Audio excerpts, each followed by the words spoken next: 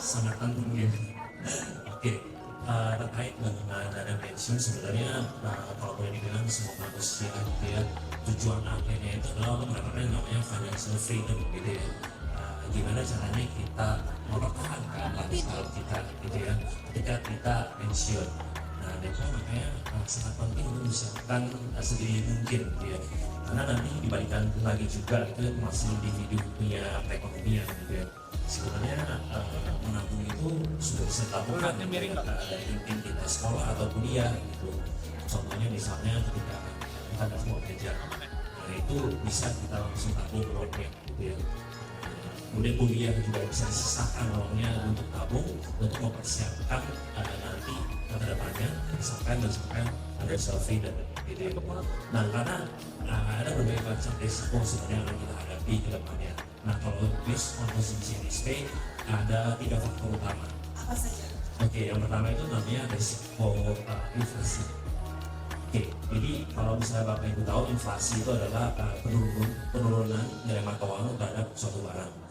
Contohnya misalnya zaman saya SD, mungkin Bapak Ibu tahu yang botol sosro ya. Nah, merek ya, apa ya? Zaman saya itu uang 500 perak ya, Bapak Ibu yang logam warna kuning yang nggak pakai bunga gitu ya. Itu dengan uang 500 bisa beli yang namanya es krim gitu ya. Tapi mungkin sekarang uang 500 even WC di rest area harus ya. Harusnya 2000 benar-benar. Oke, WC di Indonesia 2000 gitu ya. Nah, that's why it's called inflation gitu ya. Nah, itu pentingnya makanya kenapa kita harus melakukan namanya perencanaan keuangan ya. Kemudian yang kedua ada yang namanya risiko volatilitas gitu ya. Jadi kita tahu tahun 98 atau 2008 kita mengalami berbagai macam krisis, even belakangan ini ada namanya COVID-19 ya, krisis gitu ya. Nah, risiko volatilitas ini bisa membuat kita gagal gitu mencapai namanya financial freedom. Kemudian yang ketiga ada namanya risiko individu. Boleh dikatakan hampir individu ini mencakup banyak kayak misalnya risiko jiwa, kemudian juga aset-aset yang kita miliki. Nah itu adalah 3 risiko prioritas ini ya gitu ya, mulai kita kumpulkan dari apa kita harus melakukan namanya penting banget harus punya financial planning. Tapi sejak dini kita tuh sering sekali bilang ayo buat perencanaan dana pensiun sejak dini. Sejak dininya itu idealnya di usia berapa sih? Balik lagi tadi tergantung ekonomi masing-masing individu ya. Kan ada yang misalnya masih kuliah kalau sekolah mungkin dia orang tuanya untuk mungkin ada part-time juga dia ada ekonomi begitu yang ini yang mau jajan kali ini. Oke, ini pertanyaan ini gampang buat saya susah. Oke, jadi kita bicara yang namanya prioritas itu. Ya. Prioritas yang pertama adalah pasti bagaimana kita harus mensupport orang tua kita. Ya, tetapi kita juga tidak boleh lupa harus juga memiliki prioritas sendiri. Sehingga ujungnya adalah kembali bicara pada prioritas. Ya, dan prioritas itu sebenarnya kalau kita mau jujur saja ya kita bisa latih lah 50-50 atau 70-30 seperti itu. Nah yang penting adalah yang dibilang tadi ya kita punya semua teknik dulu yang sama dulu. Buat orang tua kita butuhnya dananya apa aja. Nah, kita hitung dulu. Kemudian buat saya sendiri butuhnya apa? Kita kalkulasikan. Saya butuh uang sekian, butuh orang tua butuh uang sekian buat saya. Bisa saya cek deh finansial saya, ekspor saya cukup atau tidak. Ya kalau cukup ya alhamdulillah, kalau nggak cukup kita kulik-kulik lagi mana yang bisa saya kurangi, mana bisa saya kurangi. Atau apa yang bisa saya lakukan supaya saya bisa mendapatkan income tambahan.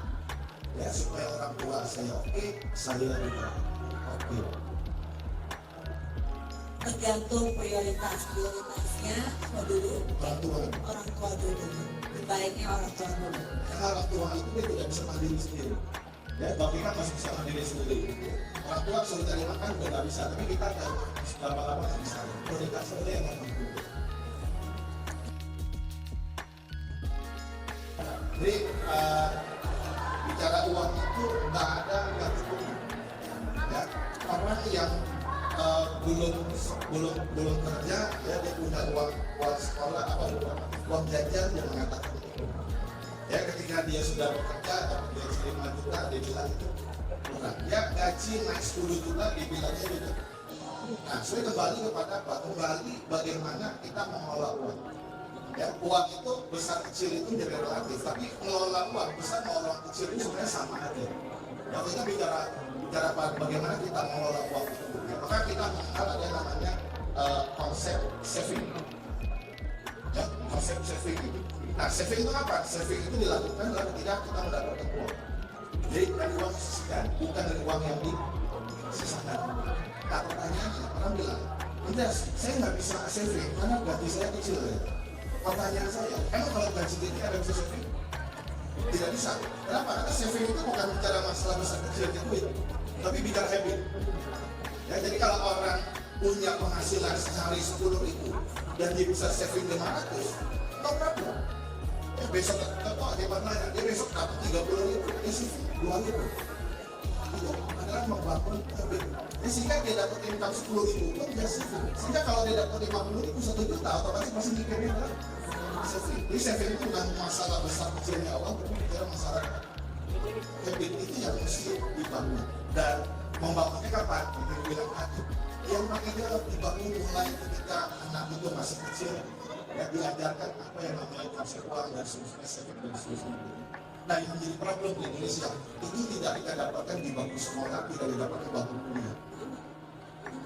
Financial literasi tadi, tidak dipelajari lagi. Sehingga mau kamu semua kembali kepada orang tua masing-masing, ya pada belajar sama orang-orang expert dulu.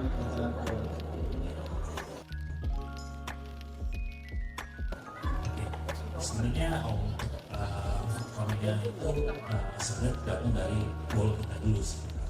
Sebenarnya goal kita itu mau apa? Nah, goal itu dibagi dari macam-macam. Ada goal itu jangka pendek, menengah, dan nantinya itu adalah financial freedom dan sebagainya. Nah, dari situ baru dan disesuaikan lagi dengan beberapa model portfolio yang terus sebenarnya cukup kompleks. Jadi kayak misalnya goalnya ini misalnya maunya nanti mau sekolah anaknya, atau misalnya nanti mau jalan. Nah, itu biasanya kan kalau model portfolio dia disesuaikan dengan kira-kira bisa mencapai goal ini, perlunya ini produknya seperti apa, dan juga dalam waktu berapa. Itu sebenarnya bisa di-create di sisi. Jadi bisa di-create, bisa direncanakan, tergantung mau jangka pendek, jangka menengah, atau jangka panjang. Maka untuk strategi investasi dana pensiun yang sesuai dengan usianya itu ada juga di OCBC. Ada juga. Biasanya kan kalau kita selain dari usia, kita juga ada namanya risk profile gitu ya. Nah, nanti nasabah dari kita sendiri atau teman-teman yang sudah kalau misalnya mau ikut dan ada risk profile harus diisi.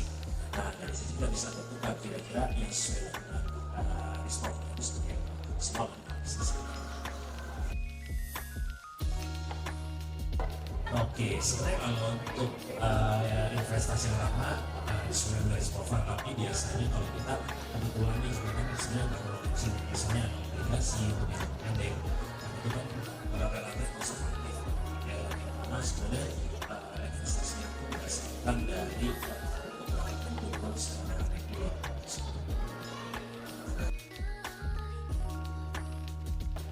Halo, artinya yang orang tua pensiun. Ya, tapi intinya semua orang yang tadi bilang tadi, semua orang akan pensiun. Betul ya? Problemnya adalah waktu pensiun itu yang problem apa sih? Pemasukan atau pengeluaran? Pemasukan. Nggak ada, kan orang pensiun itu nggak ada pemasukan. Pengeluaran masih ada. Masih ada. Sampai orang meninggal itu masih ada pengeluaran. 7 hari, setahun, sebulan. Ya. Nah, kalau pemasukan tidak ada, pengeluarannya ada, maka konsekuensinya untuk hidup pilihannya cuma 2. Ya, 1 utang, mau utang, mau. Yang kedua pilihannya adalah hidup dari aset, hidup dari harta. Mau pilihan itu mau dong. Ya, kalau itu tidak ada, ya sudah, itu bergantung sama orang lain atau harus kerja lagi. Nah, sehingga hidup kita itu intinya ujungnya adalah bergantung kepada aset yang kita miliki. Ya, karena kita nggak punya utang lagi, kita bergantung pada aset, tidak bergantung pada. Maka tugas kita yang masih muda ini ya bagaimana berbicara dan eksekusi untuk mengumpulkan yang namanya aset.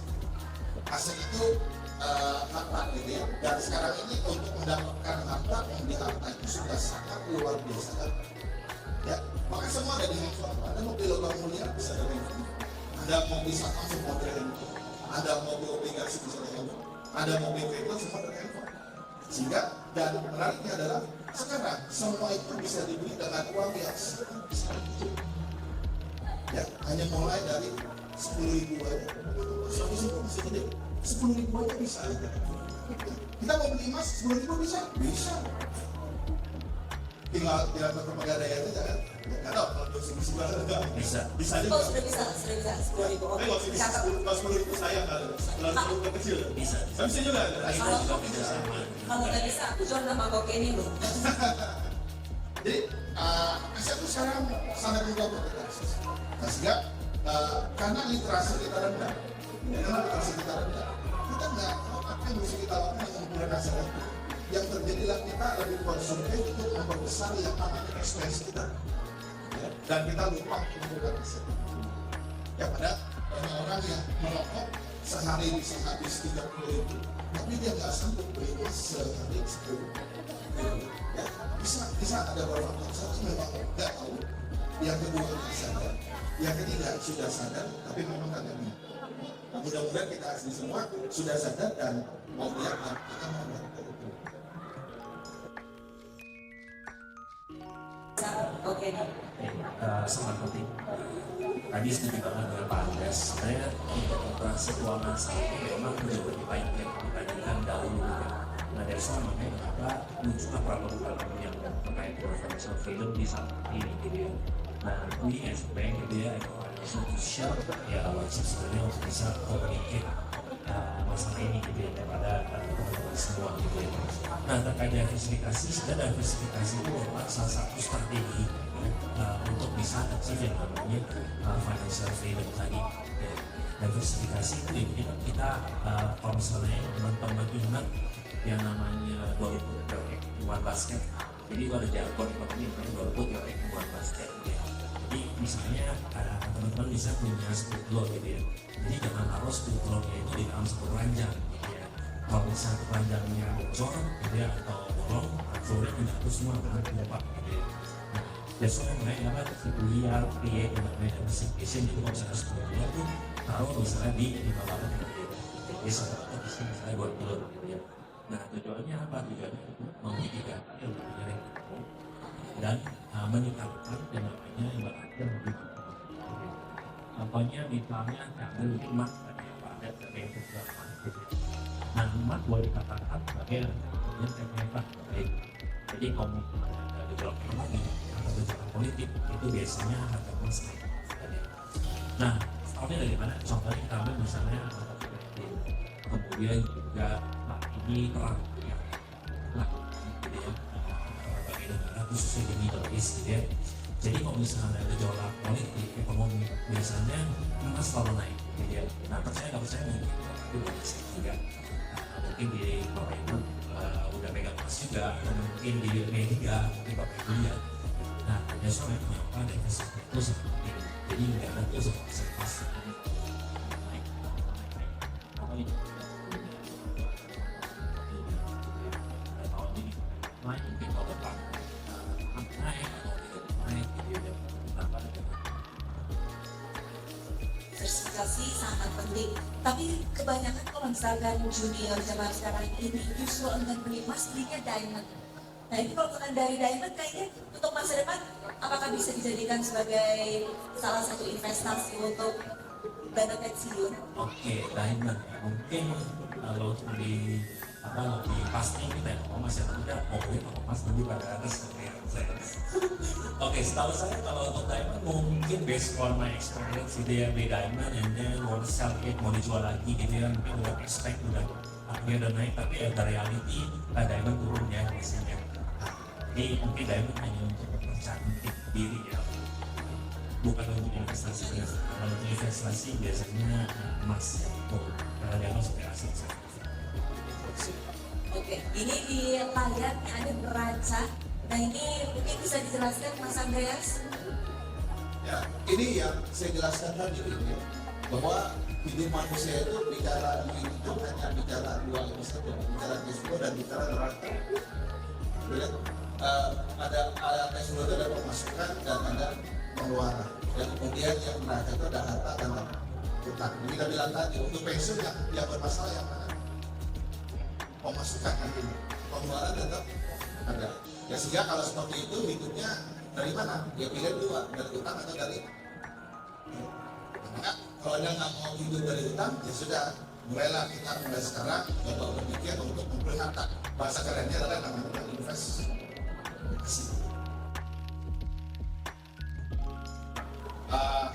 Berarti udah terlambat ya? Sudah terlambat. Kalau sudah terlambat, balik sini lagi ya. Ada atau tidak segmen.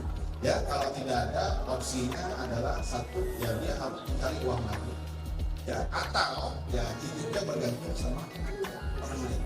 Ya, tapi kalau usianya masih muda, belum masuk usia pensiun, kan kualitas pertama adalah dia harus berusaha sendiri. Entah dia kembali memberikan uang atau dia belajar memberikan usaha. Ya, dan itu rasa-rasa di setiap perusahaan ada orang-orang pensiun kan diajari dulu bahwa mereka harus berusaha misalnya. Harapannya ya ketika dia usia masa pensiun, ya dia bisa survive. Nah, kalau nggak ada aset, ya sudah kita punya lagi. Sehingga yang paling penting adalah kalau kita pensiun nggak mau kerja lagi, ya sudah mulai ke sini. Ya bagaimana sejak muda kita harus investasi dulu. Tadi kan ada lubang emas, ada properti, gitu ya, ada saham, ada reksadana, ada kripto dan lain-lain.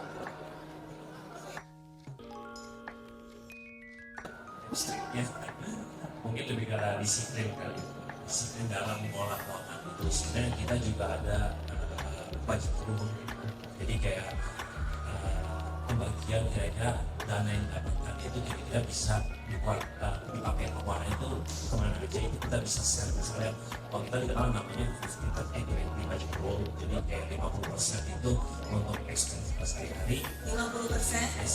sehari-hari. Mungkin misalnya bayar listrik, mungkin bayar air, mungkin ongkos transport itu 50%, kemudian 30% untuk kebutuhan hobi atau lifestyle.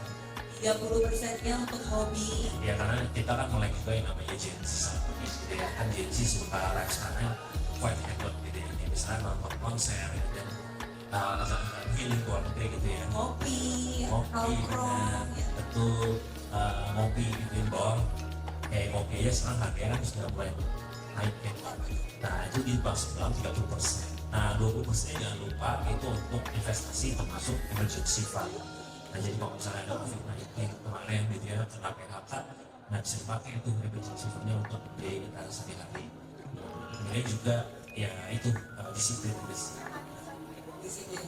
Mas Andreas, ada tips-trik untuk bagaimana menerapkan mindset juga teman-teman senior disiplin. Ya, kembali lagi semua itu bicara namanya habit.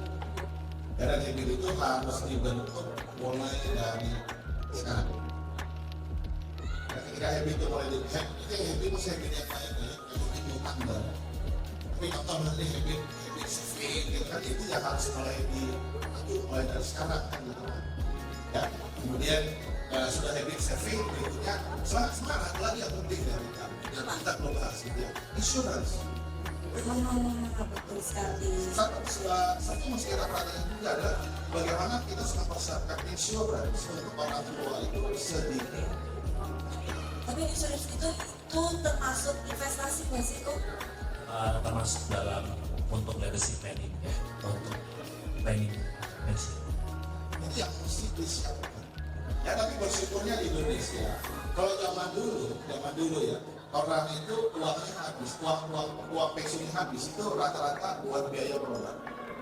Ya, tapi sekarang, kalau masalah ibu yang tadi duduk sini juga bicara seperti itu, gitu, bahwa ketika ada masalah dengan keluarganya, itu finansialnya langsung bermasalah. Tapi meskipun bermasalah, tapi tidak ada usul sedikit bicara asuransi. Karena di Indonesia ini kita punya asuransi sosial yang namanya adalah BPJS. Ya, orang sudah sakit saja itu masih bisa mengambil asuransi BPJS.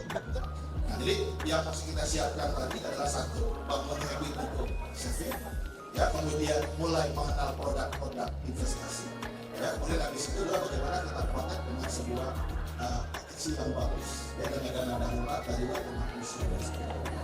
Sehingga kalau kita melakukan itu, saving ada, investasi ada, ya, proteksi ada, ya, harapannya itu semua bisa menjadi modal kita pada saat kita masuk usia pensiun. Ya, sehingga pensiunnya punya uang yang cukup, kesehatan terjamin, syukur-syukur bisa bagi warisan, dan meninggalnya masuk surga. Oke, thank you pertanyaannya. Tadi pertanyaan pertama apa? Sorry. Ideal. Ini adalah pension emergency fund. Oke. Based on estimation research, jadi sebenarnya untuk emergency fund itu bisa 6 bulan kali gaji. Jadi kayak perlu 6 bulan kali gaji untuk disiapkan di tabungan apabila dia tidak bekerja. Jadi 6 bulan kali gaji.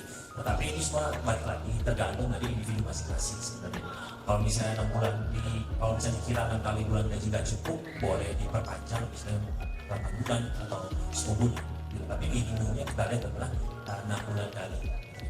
Kemudian pertanyaan kedua terkait dengan safe haven. Sebenarnya ada beberapa aset safe haven yang bisa dijadikan underlying investasi. Gitu ya. Selain tadi ada logam muda, kita juga ada yang namanya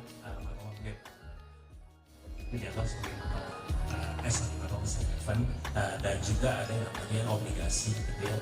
Itu juga disebutkan sebagai investasi yang konservatif.